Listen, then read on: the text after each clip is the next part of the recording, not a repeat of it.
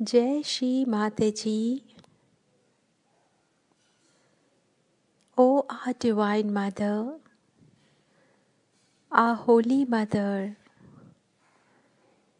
Shri Mataji, Adi Shakti.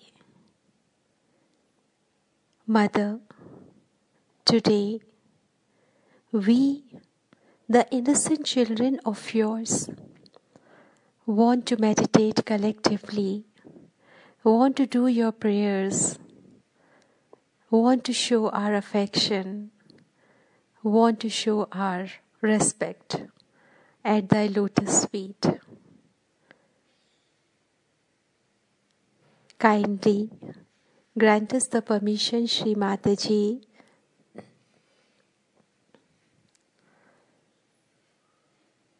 Let's loosen our body. We'll try to relax our thoughts.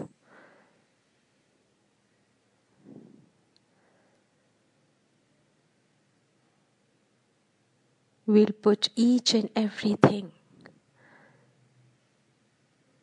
our chakras, our channels, our emotions, our pure love, our devotion, our complete surrender at Shri Mataji's lotus feet.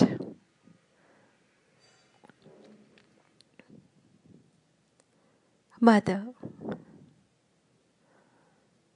request you to accept it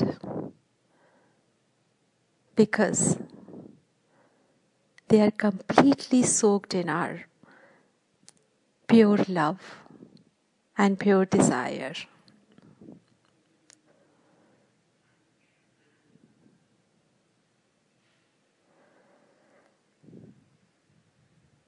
We'll take our attention to our heart, our central heart. Request Ma Adi Shakti to kindly come and reside in my heart. Shri Mataji, kindly come and reside in my heart. Kindly come and reside in my heart, Shri Mataji.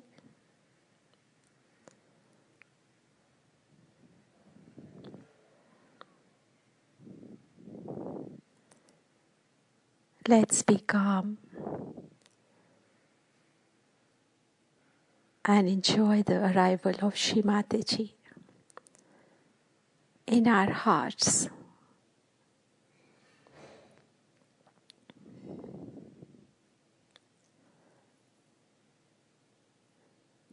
Cool love, cool blessings, and cool energies started flowing.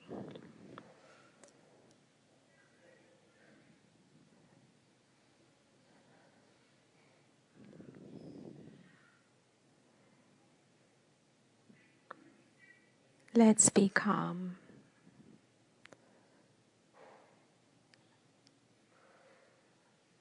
Let's be calm. Thoughts have disappeared. They stopped coming.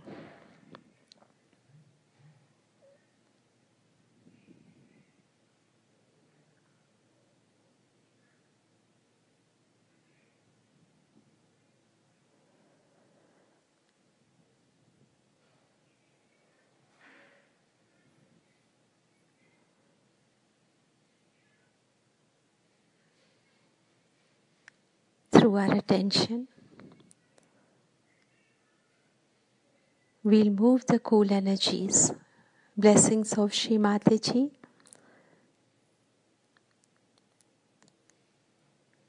to our Mooladhara, to our Swadhisthana, our Nabhi. We'll rotate onto our Bhavasagar,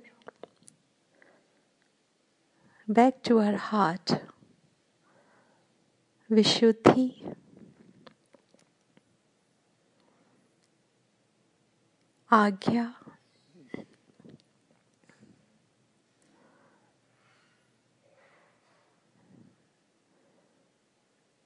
and the same cool energy through our attention, we'll rotate them in clockwise motion onto our Ekadash Rudra, from right to left and from left to right on our hairline.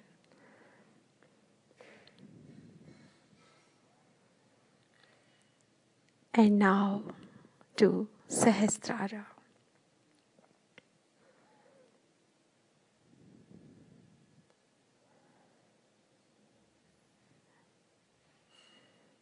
We'll bow down at Sri Mataji's lotus feet at our Sahasrara. With her permission, we'll start moving upwards, crossing all the chakras above Sahasrara. Through our attention, we'll keep going up slowly and slowly. More up, more up, more up,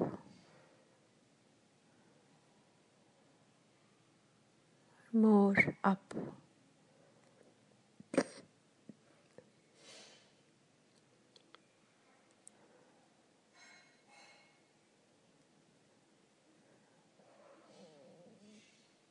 Where there's nothing,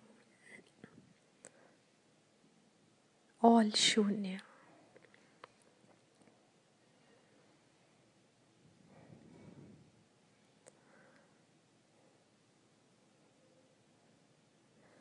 We'll bow down at the lotus feet of our Father, Lord Shiva, Parabrahma, Parameshwar, Sadashiv, and our Mother, Brahmanda Swamini, the Queen of the Universe, Adi Shakti Ma.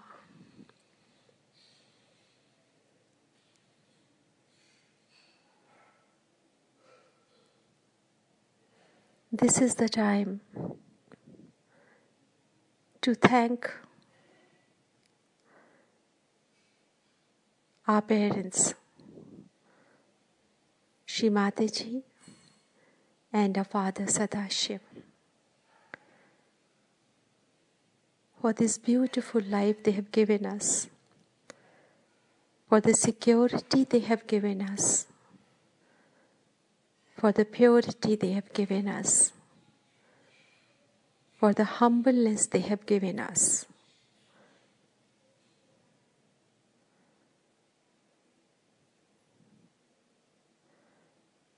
And so much of love in our hearts they have given us. And so on.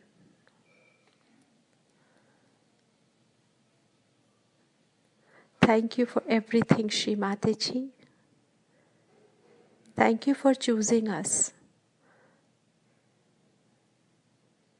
to be at your lotus feet, to be your special children, Shri Mataji.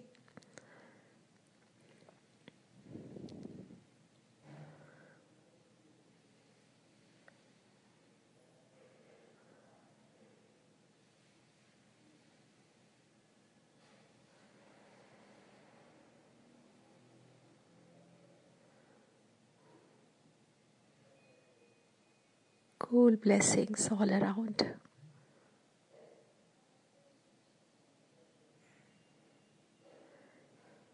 We'll gather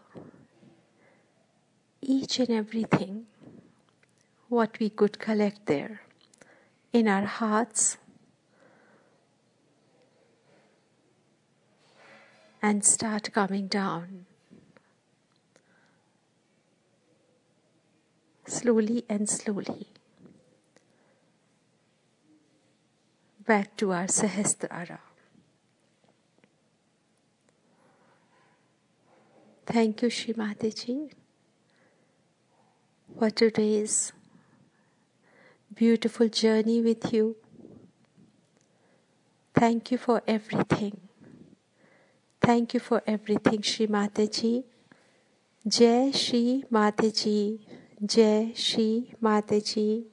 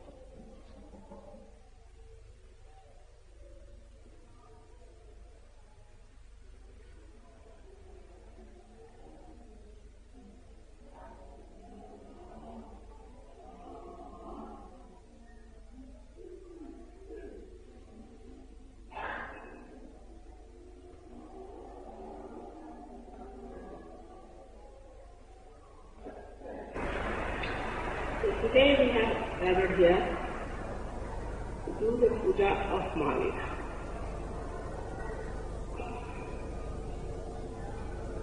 So far, I think this is the first time we are doing Maharashtra puja.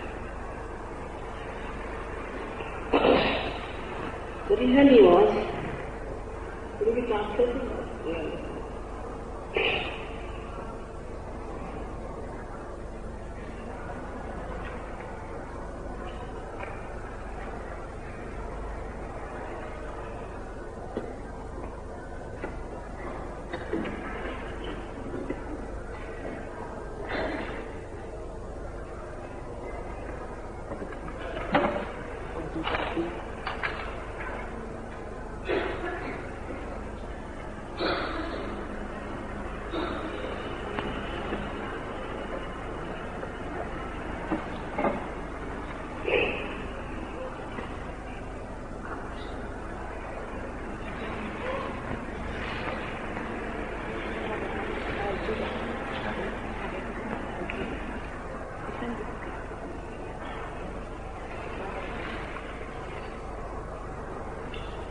Today we have gathered here to do the puja of Sri Bhavika.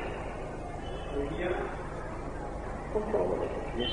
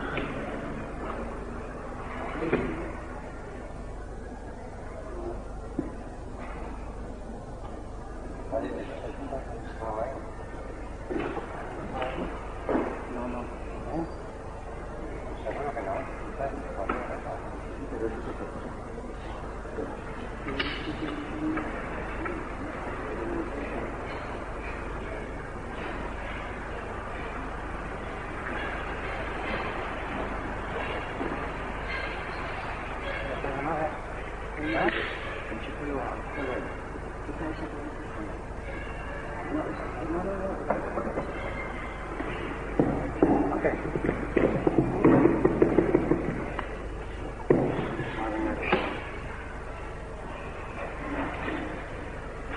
today we are going to do the puja of Mahavira, and we never had this puja before.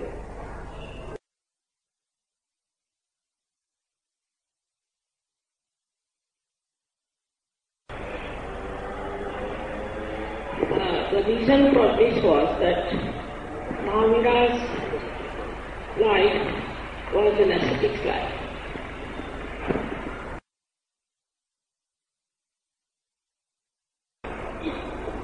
Just like Buddha,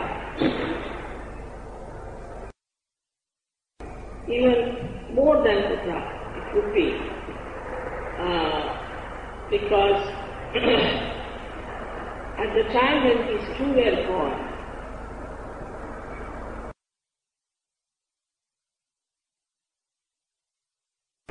the Brahminism of the Hinduism had taken a very funny form.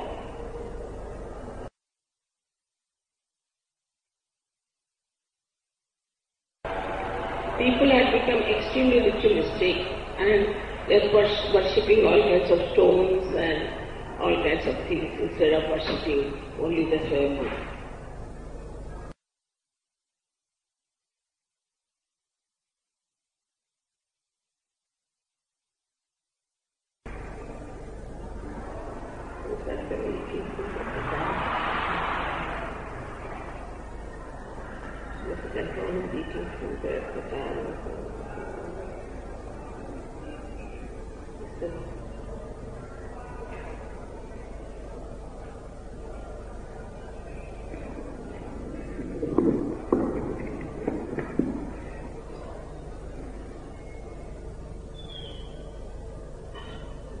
Let it be open.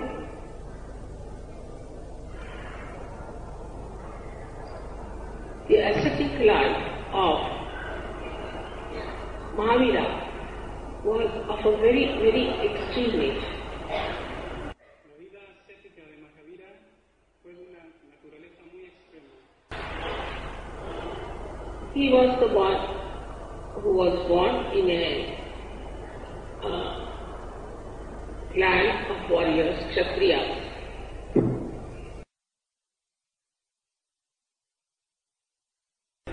And then he was also married. Also he had a daughter.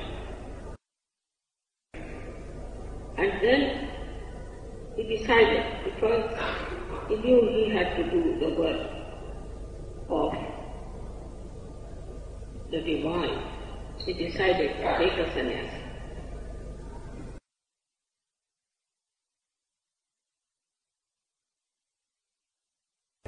So he took the permission of his brother because his parents were dead. He was a king, so he gave up all his material wealth, everything, and he became a complete sannyasi.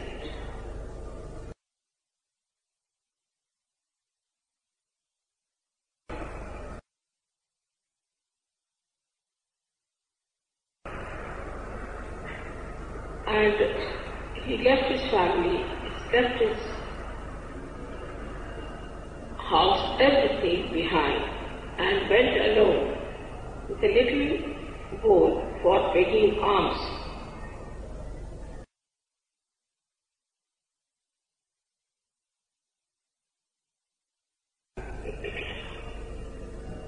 And the people who joined him were very few.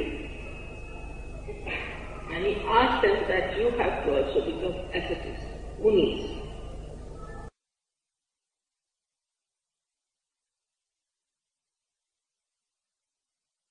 He was a reincarnation of Saint Michael.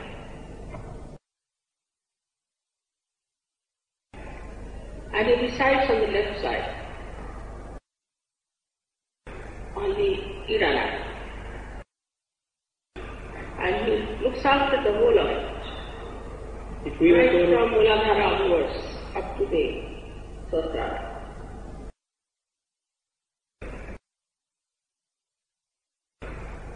So Saint Michael was born as Mahavira.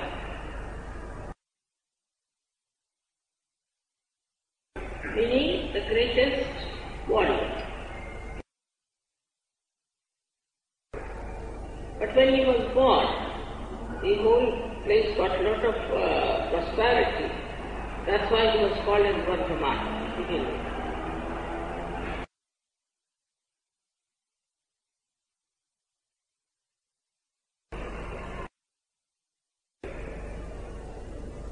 But his asceticism was there because of the Brahminism that was so prevalent in those days, and people were absolutely drowned in it.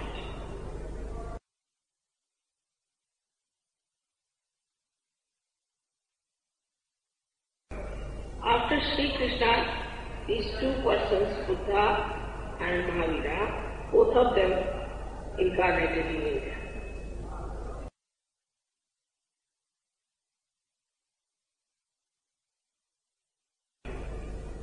As you know, their history is very far out because they were the children of Rama and there were two twins called as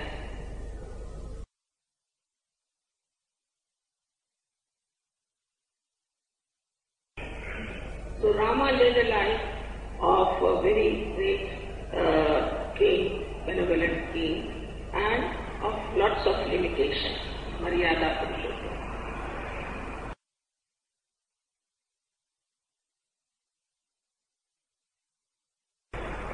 Because of that, people became extremely serious and also very closed because of Rama's following.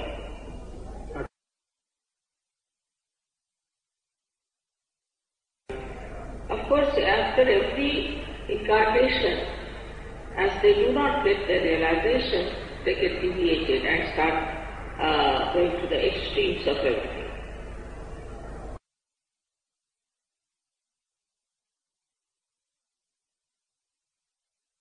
So they went to the extremes and became very, very much sort of quiet people, wouldn't talk to anyone, would be very formal sort of people, because that was the life Rama had to lead.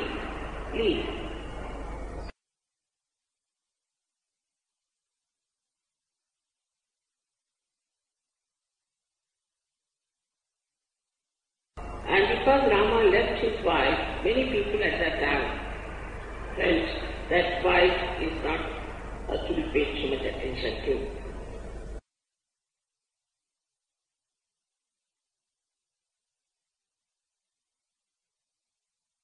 So Sri Krishna came, actually Rama took birth as Sri Krishna to overcome these conditionings.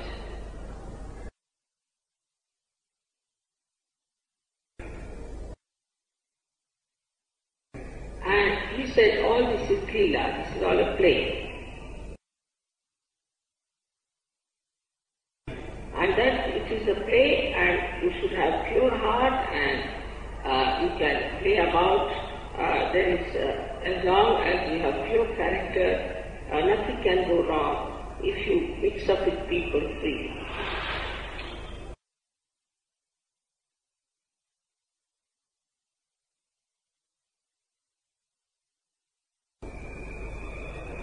So after Sri Krishna, people started becoming very licentious and permissive.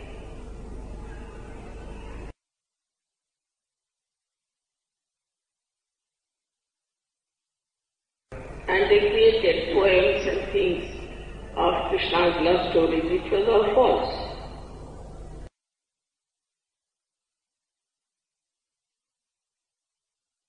Because he lived with Radha at the age of 5 or 6 years and in the Gokul.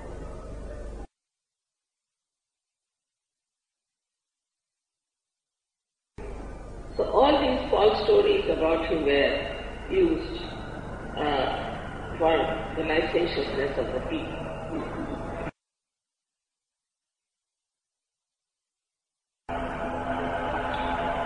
So now the situation was such that the whole place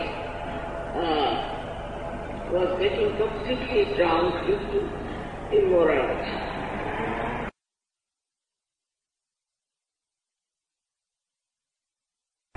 The priests, the Brahmins themselves had become extremely immoral and were indulging into all kinds of corrupt practices.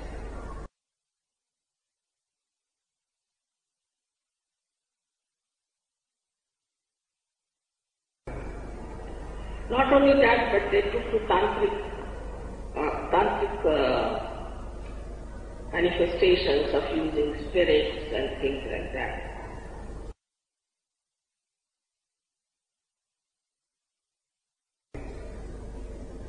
And became very self-indulgent.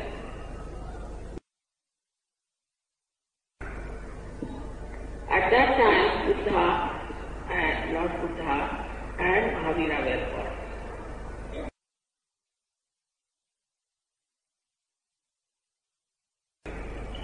To decondition people from this kind of an extreme behavior.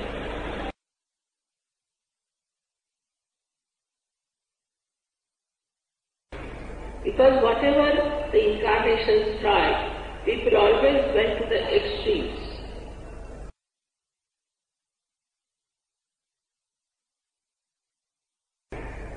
So they found out that people were very much indulgent in killing animals and eating flesh all the time.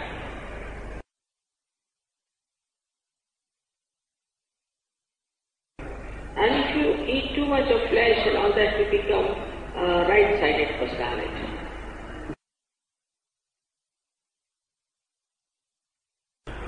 And so then you become very aggressive and start killing others. Moreover, the people who were very much attached to their family or to their children and all that would not do the work of the divine.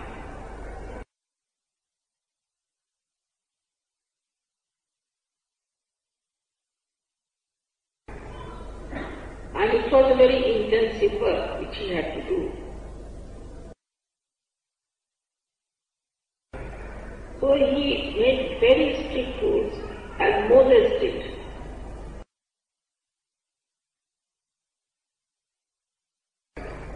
He said that nobody should kill any animal and eat it, first of all.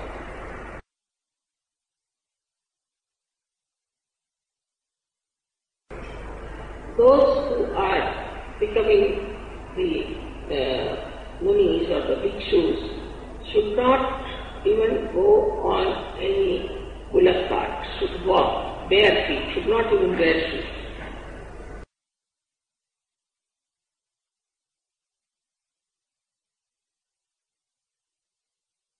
They should shave their head completely, should have only 3 changes, three dresses with them of a big tunic-like thing.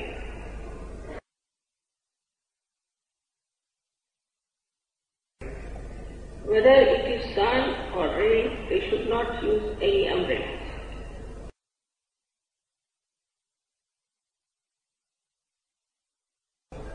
They should eat before 6 o'clock, before the sun sets. They should sleep only for 5 hours. And all the time meditate and ascend and then try to do the work of the divine.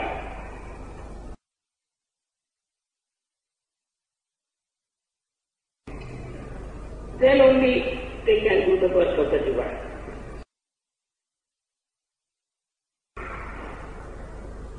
After they get the realization that he called as Deva the Gyan, only knowledge, is pure knowledge.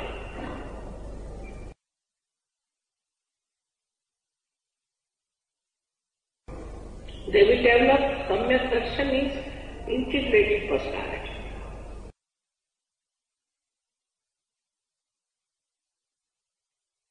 And all the collective consciousness. He talked of all these things. But as he belonged to the left side, he has described hell very clearly.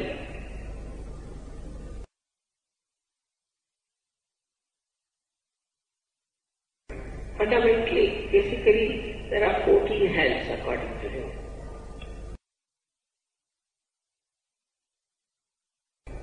And it's horrible to read all that, what he has described about hell.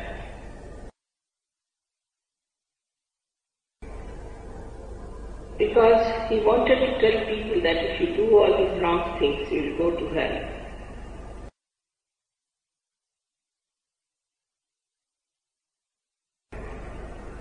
And he talked about not about forming God, but formless God.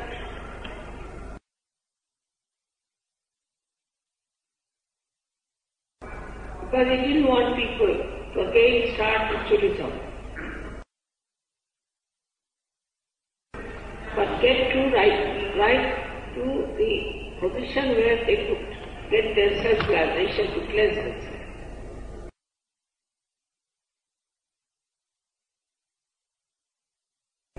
So you can imagine how difficult in those days at Mahavira was even to be one of the candidates for self-realization.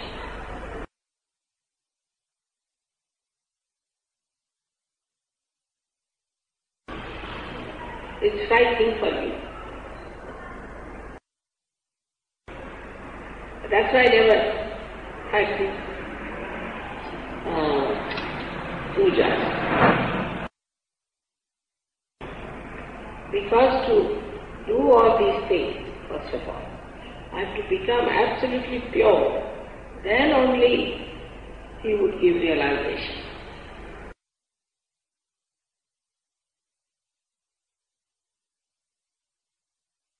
I wonder how many got realization, but the way he made rules for people was so strict.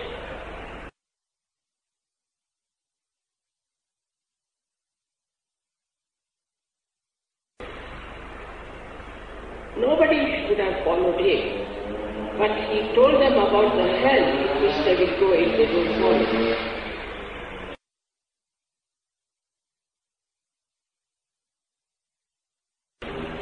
So they were so frightened that they joined him and started following Jainism. Jain means the one who has known, who is enlightened. Así que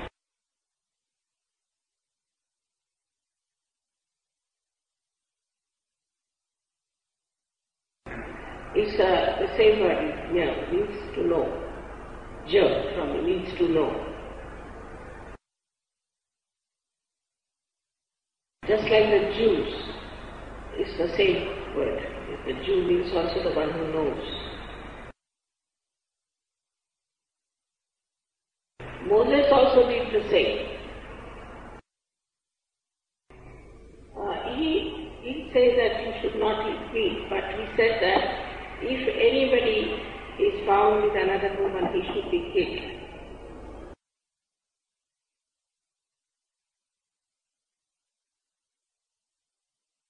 The Muslims that they follow Sharia is made by Moses for the Jews because they had become so self-indulgent.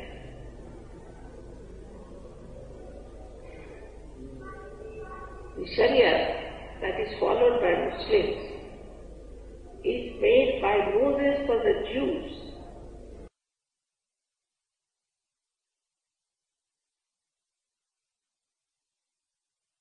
Because when he brought those 10 commandments, he found the Jews were indulging into all kinds of nonsensical things.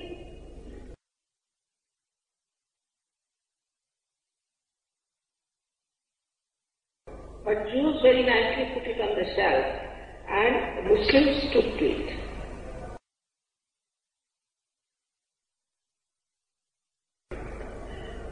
So, now this Mahavira style went to the extreme as well.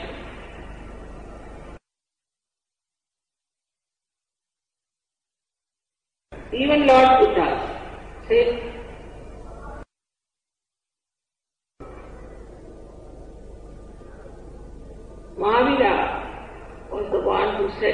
should not kill any animal. So now in India we have people who are absolutely abstaining from even killing bugs and killing even mosquitoes.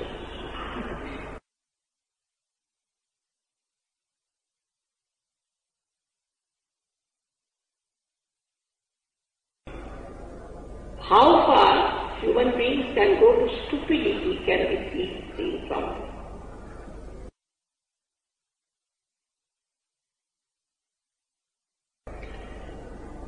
Nowadays, it's a custom very common in India that they get hold of a Brahmin, put him in a hut and put all the bugs inside.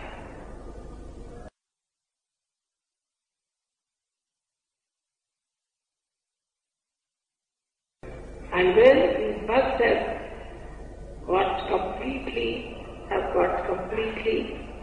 fed up with the drinking of the blood of this Brahmin, they just drop out.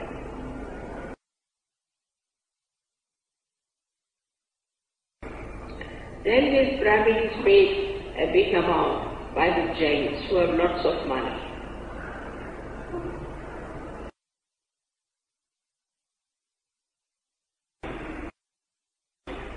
They are vegetarians to such an extent that they don't want to go to the bathroom, but they go on some sort of a open space that no animal should die.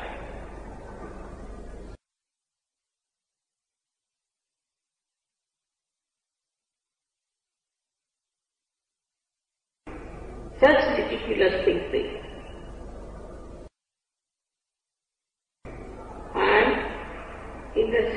In all these abstinence and all that, they are extremely money oriented.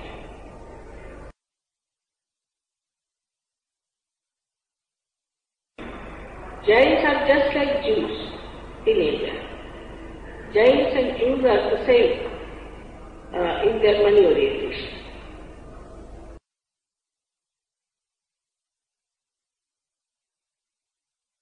So the Jains won't pull even a bug or a mosquito, but they don't mind harassing a man up to his death for their 2 rupees.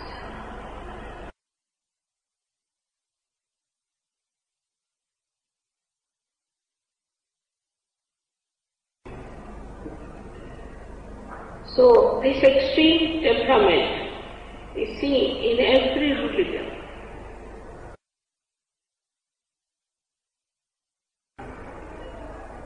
And that comes because human beings start moving like a pendulum from one end to another.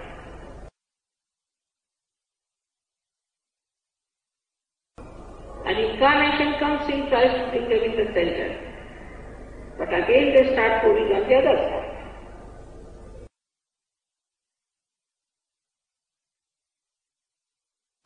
They cannot remain in the center. This is the problem of the human being.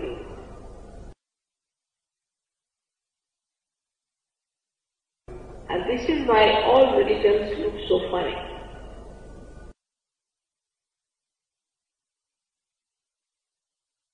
When you see the way the Jains are, you are surprised and can't believe how stupid they are. Educated people, doctors.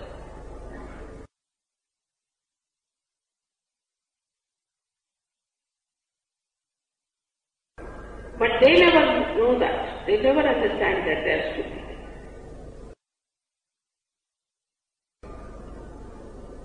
So this is the story of Mahavira, where he has tried to bring in a kind. Linda, will you please sit down? Who is that lady? Don't move. You shouldn't get up and walk when I'm talking. Alright, tell them.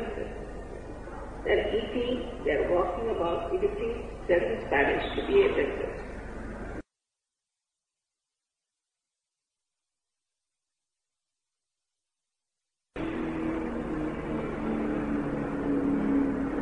So, when I started Sahaja Yoga, if I had started like Mahavira, how many would have joined me?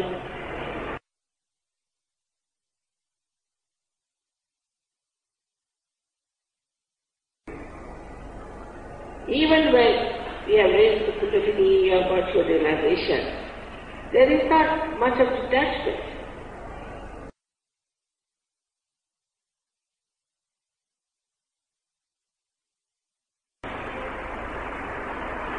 Sannyasi meant that he had nothing to do with his wife, nothing to do with his children, nothing to do with his family or house or anything, possessions, no possessions.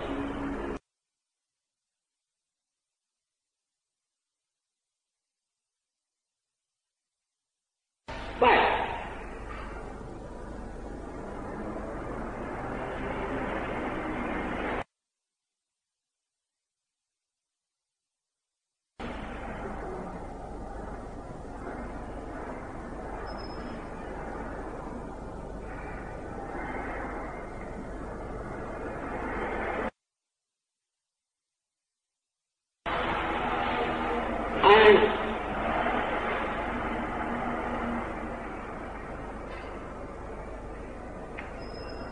they were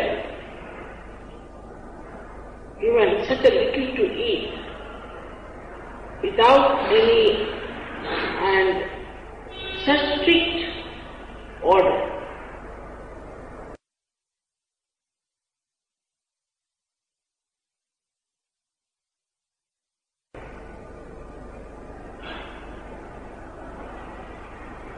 But in Sahaja Yoga, I have first of all reached your Kundalini without telling you any ritual, any what you can call a strictness or anything about it. Just whatever you are, alright, get your realization.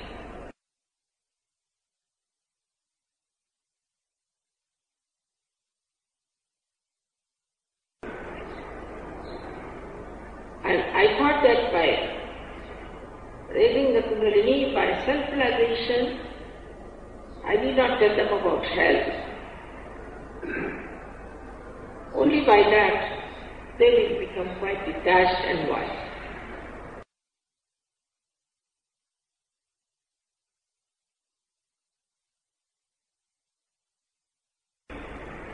But even now, what you find is that there are people who get married in Sahaja Yoga and just get lost.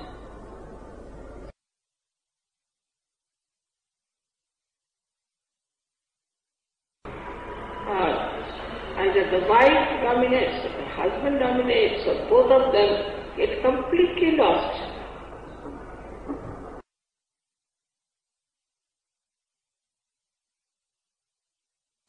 Normally in the Western countries, as soon as they get married for second day, they start quarreling.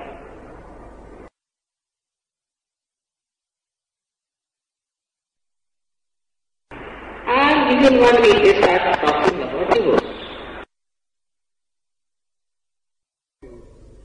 But in Sahaja Yoga, when they get married, they just get attached to each other like glue, see?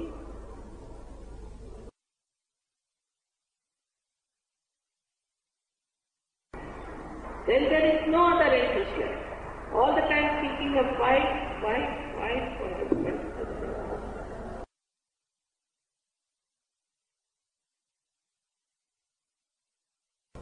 Some want to go for honeymoon, some want to do it in a very big way with a reception and things.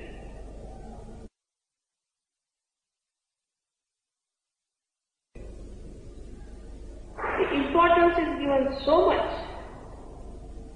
that it is unbelievable that whatever things we have left to come to Sahaja Yoga have become multifold.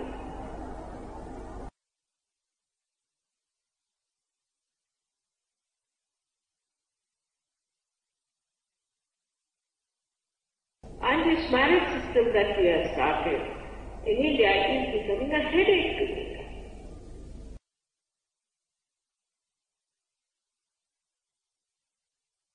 Either they fight as usual and divorce, or they get glued together. There's nothing in between.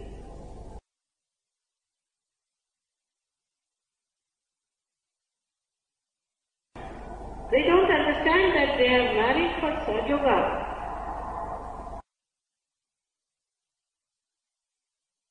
And they have to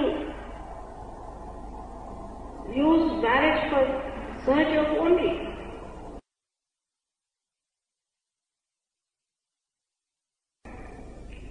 But this attitude of Sahaja is very surprising, because I always felt after self-realization they will be automatically sannyasis from the group.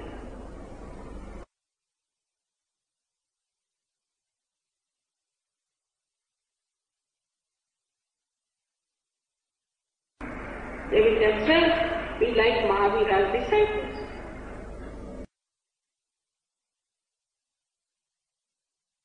But what I find is that still they are always falling back into the same ocean from which they have come onto the boat.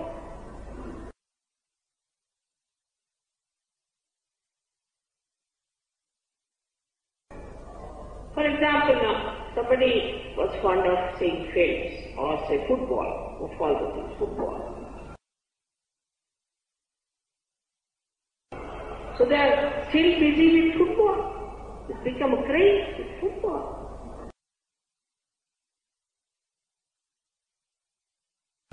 Or a picnic, or a holiday, or a sea resort.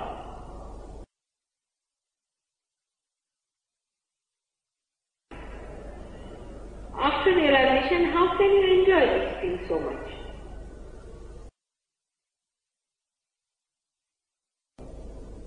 That means you have not touched that depth within you yet.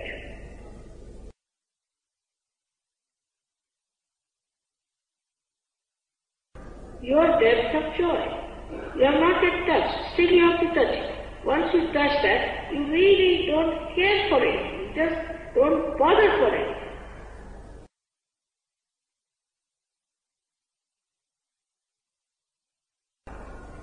You are so self-content. You just enjoy yourself.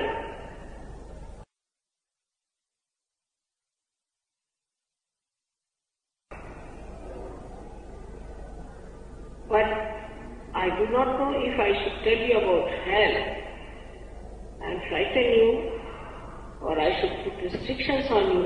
But this is the one, Mahavira's, which I have been avoiding so far.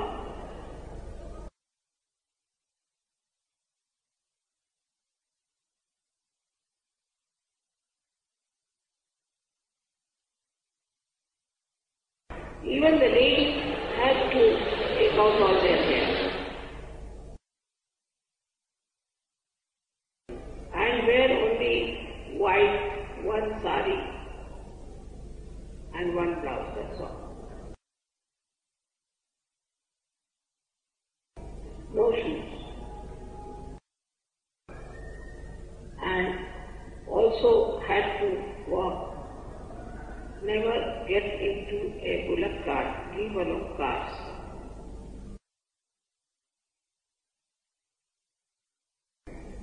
Then to get up at 4 o'clock, have their food till 6 only and then sleep off.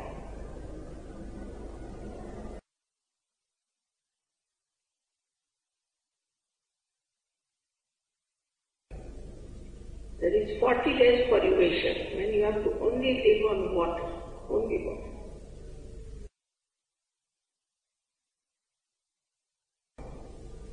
Now in Sahaja by the other way round, it's all enjoyment.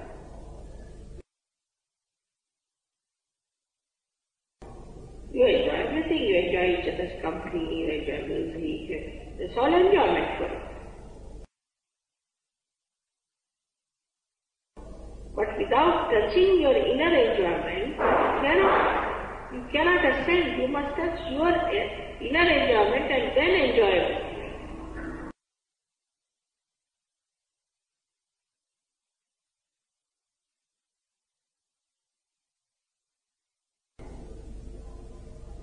And any hard word said, even one word said hard, they have to repent and go on fast for days together for saying one harsh word.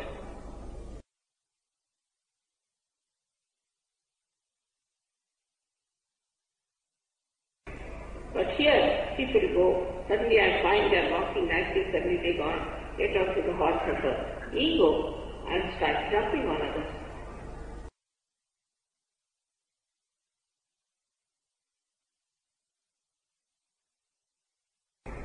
So see, he's so jocular, I can't do it. I just watched suddenly what was he was a nice fellow, walking just now, suddenly what had happened to him, suddenly he started hearing.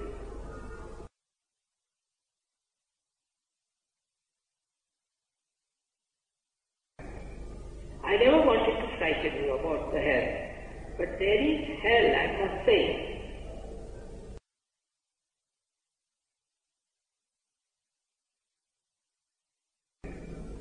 And so one has to go deeper into your own enjoyment so that there is complete contentment.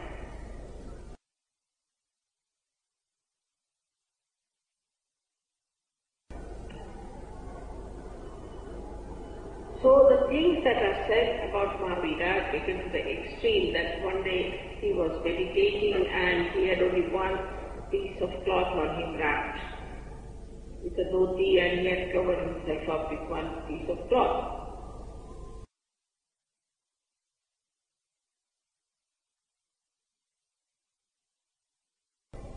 So when he was coming out of his meditation, his cloth got entangled with some bush. So he had to take off half of it.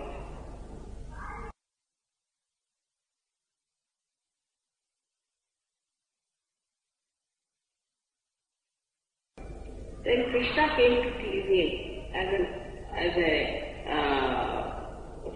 beggar.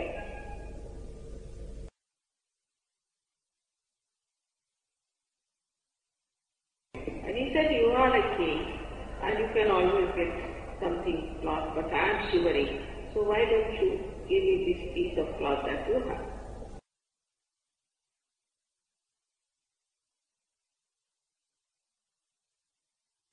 So he gave him his cloth and covered himself with some leaves and went into his palace and changed himself into his house and changed his clothes.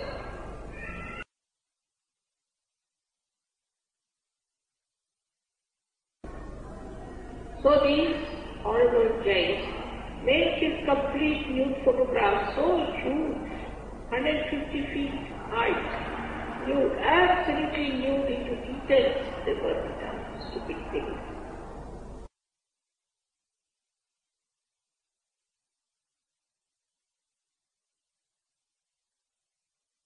And there are followers of the so-called, we never had such followers, but they call themselves as Digambaras, means they do not have cloth, but their cloth is all the directions, Digambara. Directions are their cloth.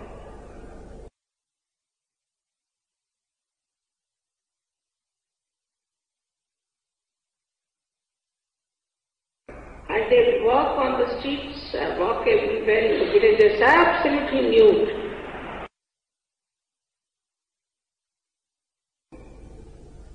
I mean, all the things people do in the name of Mahavira.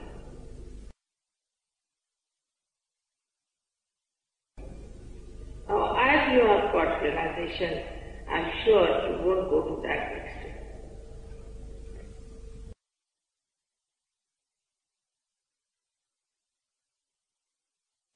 But still, you must learn to have self-discipline.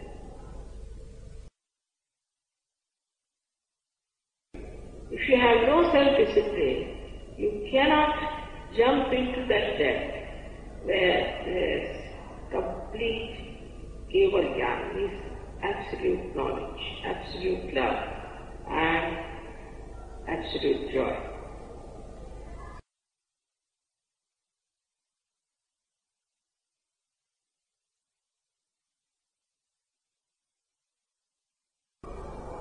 So the self-disciplining is very important. Of course, you need not go to the Mahavira's extent now because luckily I have given you realization.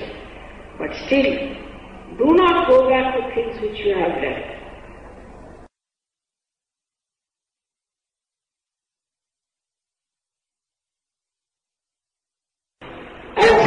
men also do stupid things. Also women do it in Sahaja, which is surprisingly people told me that they carried so many makeups with them in India.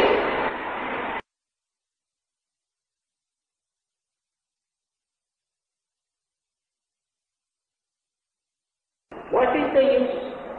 I just don't understand. For Indians it is useless, and it is absolutely useless for you also. You are saints.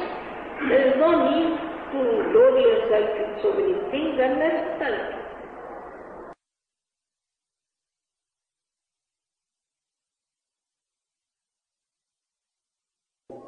So if you again indulge into the same nonsense that you have been doing, going to the hairdresser, looking funny in the hair, all sorts of things if you do, then what's the use of coming to Sahaja?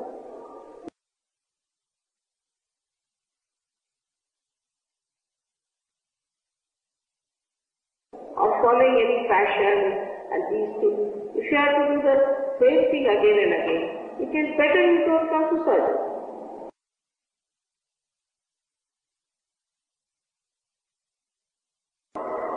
That's all I can say. I cannot say like Mahavira, that shave your hair or you wear just a white sari. But I can only say that try to detach yourself.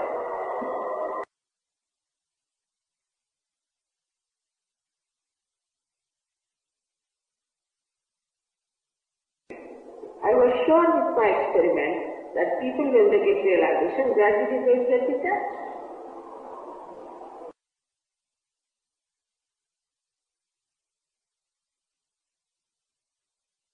And you all have to cooperate with me to see where is your attention.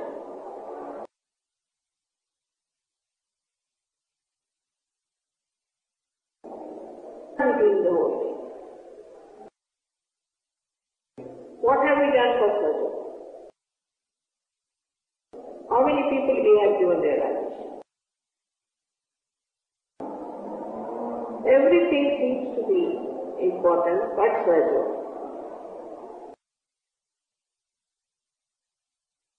But Mahavira, the people did not do any jobs, nothing. They had to live in jungles, they had to beg for their food.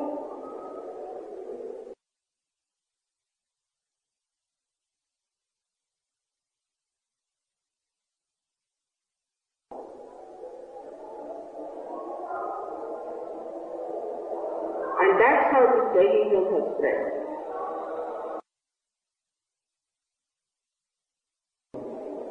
But what sort of a Jainism it is, I have told you already.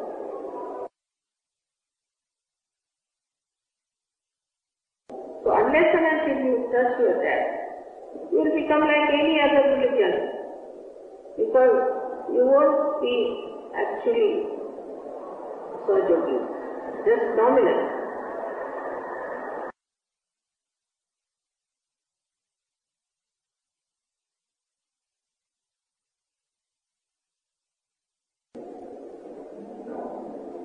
So we have to work in such a manner that we understand ourselves and we understand our attention and we try to ascend.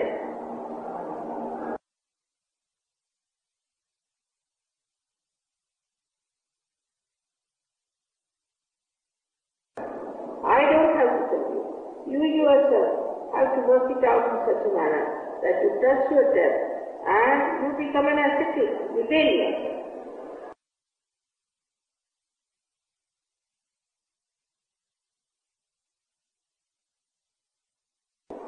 Then only you will be really doing the divine work properly, proper understanding.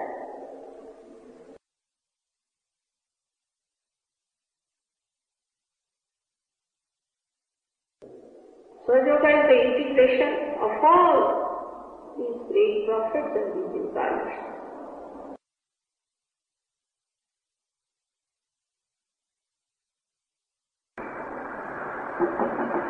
So I have to tell you that whatever your condition is and all that, to get rid of that, you must get out of this ocean of illusion.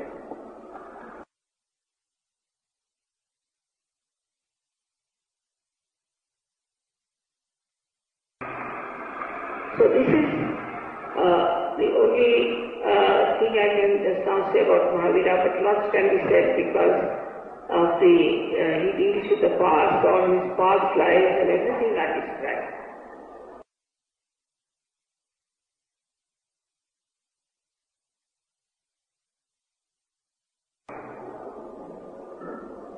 But that is not so important. What is important is what is today, the present.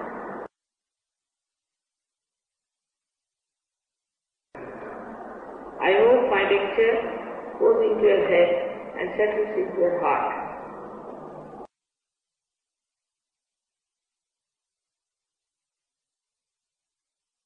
And you understand what you have to do about yourself, about your ascent.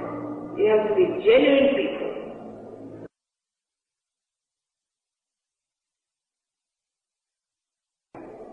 Then only it is going to show results in the whole world.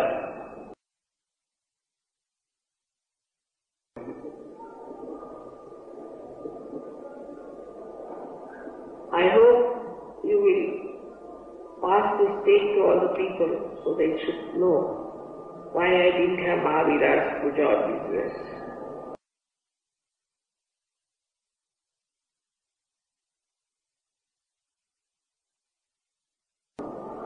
May God bless you.